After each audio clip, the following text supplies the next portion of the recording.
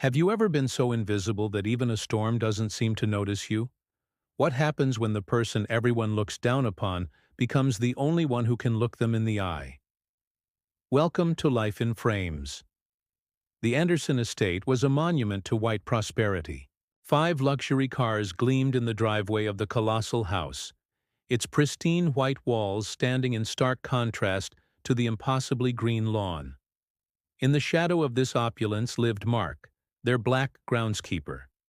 His home was a small, concrete quarters at the far end of the property, its single room holding just a thin mattress on the floor and a small crate for his belongings. There was no fan to fight the oppressive heat, only a single dusty window.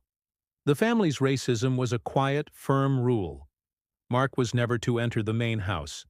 He was never to touch anything inside. His purpose was to maintain their beautiful world from the outside. An invisible hand that was never seen, only occasionally heard. One night, a furious storm unleashed its anger upon the city.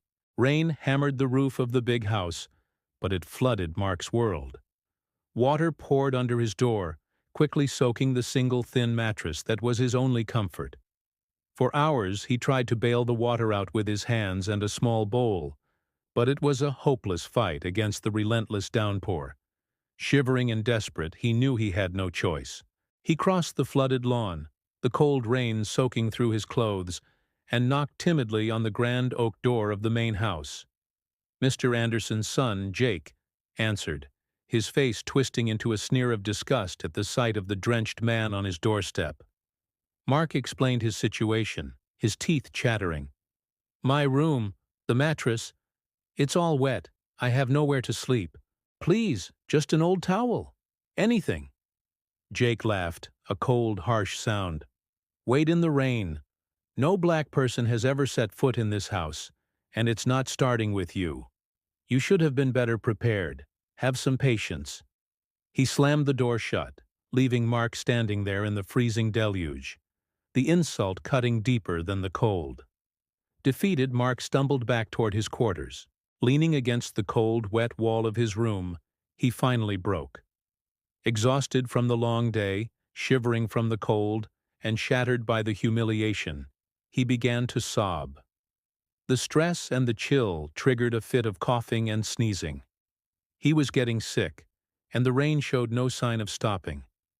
His strength finally gave way, and he collapsed onto the flooded floor, too weak to move. The next morning, the storm had passed. Jake Anderson, eager to take his new sports car for a drive, swaggered out to the garage. He inserted the key, turned the ignition, and nothing happened. The car was completely dead. So was the second car, and the third. All 5 luxury vehicles were silent, their advanced electronics fried by a mysterious power surge during the storm. Panic set in. Mr. Anderson had a critical business meeting. Jake had a crucial exam. They were stranded in their own palace of wealth. In a frenzy, they called every mechanic and luxury car service in the city, but no one could come for hours. It was then that Mr. Anderson, from his window, saw Mark slowly emerge from his quarters. The older man was visibly ill, moving slowly, but he went to the tool shed. With trembling, feverish hands, Mark opened the hood of his own ancient, beaten-up pickup truck that was parked behind his quarters. He tinkered for a few moments, tapped the starter motor with a wrench, and turned the key. The old engine sputtered to life with a reliable roar. The Andersons watched in stunned silence. Their 5 state-of-the-art vehicles were useless, but the truck belonging to the man they had turned away was running perfectly.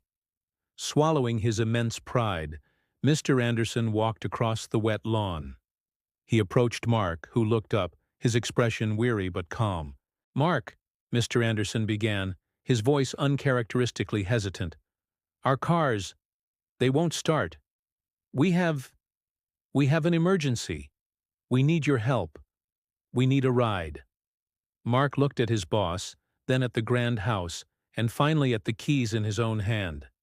He thought of the slammed door, the refused towel, the humiliation in the rain. He took a slow, deep breath. "I understand you have an emergency," he said, his voice hoarse but firm. And I can help you, but we need to talk about my new terms first. For the first time, the balance of power had shifted, not because of wealth or race, but because of a simple, undeniable need. True strength isn't about who has the most power, but who has the most dignity when power changes hands. What would you have done if you were Mark? Tell us in the comments below. Your support helps us keep going. Hit like, share this video, and subscribe for more stories.